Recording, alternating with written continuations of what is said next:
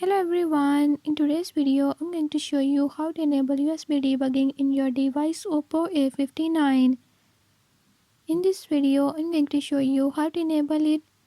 Before I start, if you are new to my channel, don't forget to subscribe and hit the bell icon. Watch complete video and learn how you can do it. Let's watch the video.